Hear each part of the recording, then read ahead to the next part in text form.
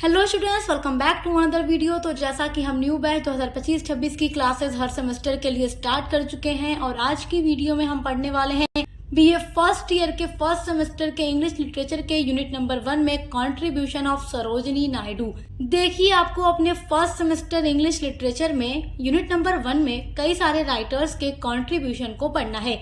तो जितने भी राइटर्स हैं उन सभी का कंट्रीब्यूशन मैं अलग अलग वीडियोज में अपलोड कर रही हूँ।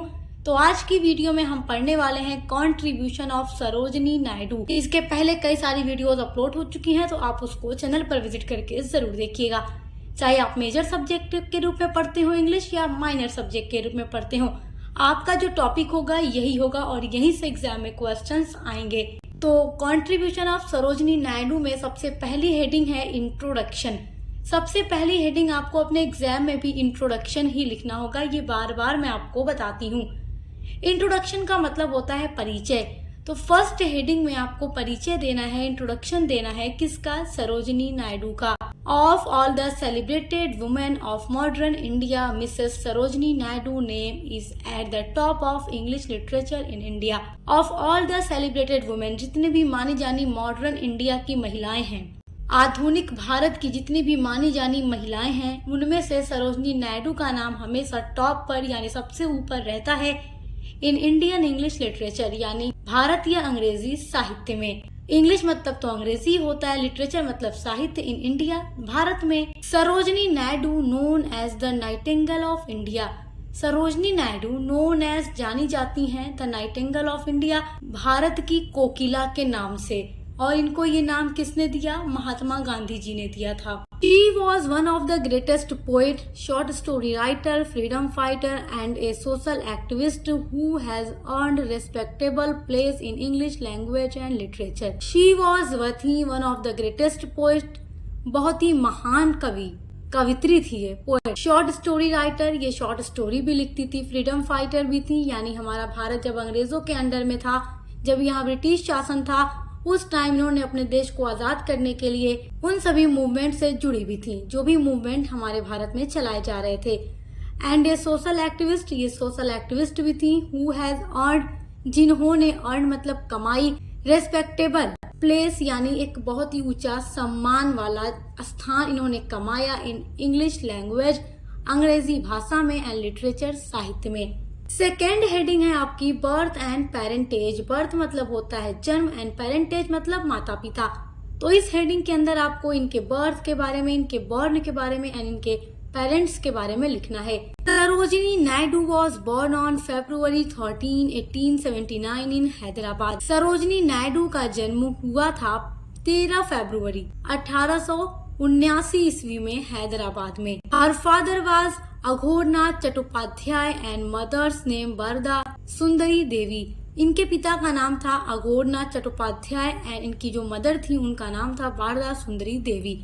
तो इस तरीके से आपको इस हेडिंग के अंदर अपने एग्जाम में लिख देना होगा। थर्ड हेडिंग है आपकी एजुकेशन। इस हेडिंग के अंदर आपको सरोजिनी नायडू की एजुकेशन के बारे में लिखना होगा। सिंस चाइल्डहुड, बचपन से ही, Sarojini was very bright and intelligent child. तो जब ये छोटी थी, चाइल्डहुड मतलब बचपन, तो सिंस चाइल्डहुड बचपन से ही, Sarojini was very bright and intelligent child.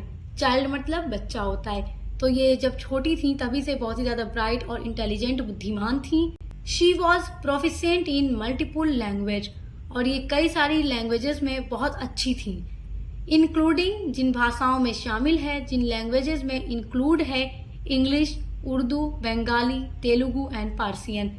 तो ये इंग्लिश भी जानती थी, उर्दू भाषा भी, बंगाली और तेलुगु, पारसी, ये सारी भाषा बहुत अच्छे से जानती थी। She topped her matriculation exam from Madras university, और इन्होंने टॉप भी किया था, मद्रास यूनिवर्सिटी से ये पढ़ रही थी, और मैट्रिकुलेशन एग्जाम में इन्होंने टॉप भी किया था क्योंकि ये बहुत ही इंटेलिजेंट स्टूडेंट थी। Her father wanted Sarojini to became a mathematician और साइंटिस्ट। हर फादर, उनके पिता का नाम क्या था? अघोरनाथ चट्टोपाध्याय। तो उनके जो पिता थे, वांटेड मतलब चाहते थे, सरोजिनी टू बिकेम, सरोजिनी बने, ए मैथमेटिशियन और साइंटिस्ट। तो इनके फादर चाहते थे कि इनकी बेटी जब बड़ी हो जाए, चाहे वो मैथमेटिशियन बने या फिर साइंटिस्ट बने, क्योंकि ये बचपन से ही काफी इंटेलिजेंट थी। But young Sarojini was attracted to poetry. लेकिन बट मतलब लेकिन यंग सरोजनी यानी बचपन से ही वॉज अट्रैक्टेड ये जुड़ी हुई थी या इनका जो भी इंटरेस्ट था टू पोएट्री कविताओं में था। तो बचपन से ही इनका ध्यान पोएट्री की तरफ था, ये बचपन से ही पोएट्री की तरफ ही अट्रैक्ट हो चुकी थी। एट द एज ऑफ 16 साल की उम्र में she got admission in Kings college England. 16 साल की ये थी तभी इनका एडमिशन किंग्स कॉलेज इंग्लैंड में हो जाता है and later joined Girton college in Cambridge. और फिर बाद में ये कैम्ब्रिज में गिरटन कॉलेज में एडमिशन ले लेती हैं और वहां से पढ़ाई करती हैं। फोर्थ हेडिंग आपकी है लिटरेरी कंट्रीब्यूशन। लिटरेरी मतलब होता है साहित्यिक, कंट्रीब्यूशन मतलब होता है योगदान। तो आपको क्या पढ़ना है? Contribution of Sarojini Naidu. तो अब यहाँ पर आप वो सारे कंट्रीब्यूशन लिखेंगे जो सरोजिनी नायडू ने इंडियन इंग्लिश लिटरेचर में दिया है। तो इनके सारे कंट्रीब्यूशन आप कैसे लिखेंगे चलिए देखते हैं।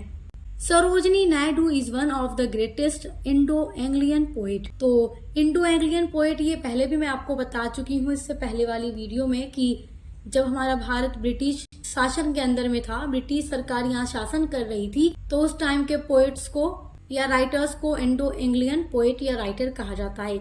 हर लिरिक्स आर मेलोडियस। हर मतलब उनकी लिरिक्स मतलब जो पोएट्री थी या इनकी जो भी कविताएं थी आर मेलोडियस। मेलोडियस मतलब मधुर या मीठी।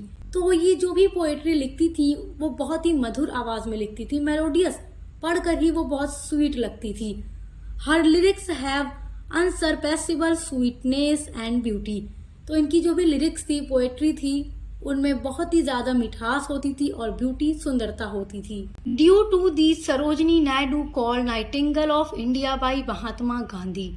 ड्यू टू दीज, ड्यू मतलब कारण से, टू दीज इसी कारण से सरोजिनी नायडू कॉल्ड कही जाने लगी नाइटिंगेल ऑफ इंडिया, भारत की कोकिला, बाय महात्मा गांधी। तो महात्मा गांधी ने इनकी स्वीट और मेलोडियस पोएट्रीज की वजह से इनको नाम दे दिया Nightingale of India. She has written poem on religious, country, women's freedom, etc. तो ये कई सारे टॉपिक पर पोएट्री लिखा करती थी, जैसे रिलीजियन पर, कंट्री पर, वुमेन्स फ्रीडम पर, जो महिलाओं की आजादी थी, इन सभी टॉपिक पर वो पोएट्री लिखा करती थी। हर first poetry collection the golden threshold was published in 1905। तो इनका पहला जो पोएट्री का कलेक्शन था पब्लिश्ड हुआ था 1905 में। पोएट्री के कलेक्शन का नाम क्या था? The golden threshold. Her other notable works include, यानी उनका जो अदर नोटेबल वर्क है, सम्मानित कार्य है, इंक्लूड जिसमें शामिल है द बर्ड ऑफ टाइम जो पब्लिश हुई 1912 में, द ब्रोकन विंग 1917 में, द लेडी ऑफ लेक, उसके अलावा awake, Indian weavers, the temple and the solution of my father. और जो इनका वर्क है the solution of my father which was dedicated to her father, जो इन्होंने अपने फादर को डेडिकेट किया है, समर्पित किया है। तो ये कुछ फेमस वर्क हैं सरोजिनी नायडू के। जब आप एग्जाम में कंट्रीब्यूशन लिख कर आएंगे सरोजिनी नायडू का, तो आपको ये सारे वर्क अपने आंसर में लिखने होंगे, तभी आपका कंट्रीब्यूशन का आंसर कंप्लीट माना जाएगा और तभी आपको अच्छा नंबर मिलेगा। सरोजिनी नायडू को तो हर कोई जानता है कि ये एक बहुत ही ग्रेट पोएट एंड राइटर थी, साथ ही साथ ये फ्रीडम फाइटर भी थी और भारत की जो भी पॉलिटिक एक्टिविटीज थी उनमें भी ये जुड़ी रही। आफ्टर इंडियाज इंडिपेंडेंस, आफ्टर मतलब बाद में, इंडियाज इंडिपेंडेंस यानी भारत के आजाद होने के बाद Sarojini Naidu became the governor of Uttar Pradesh. तो उत्तर प्रदेश की ये गवर्नर बनती हैं जब भारत हमारा आजाद हो जाता है। उसके बाद she was India's first women governor, और ये भारत की पहली महिला गवर्नर थी। और ये कहाँ की गवर्नर बनती है? उत्तर प्रदेश की। तो ये भी एक इम्पॉर्टेंट चीज है, इनकी बायोग्राफी आप पढ़ें चाहे इनका कंट्रीब्यूशन पढ़ें, तो ये एक बहुत ही इम्पोर्टेंट पॉइंट है जो आपको याद रखना होगा। फिफ्थ हेडिंग में आप डेथ लिखेंगे। शी पास्ड अवे ऑन 2 मार्च 1949 इन लखनऊ। इनकी मृत्यु 2 मार्च 1949 को लखनऊ में हो गई थी।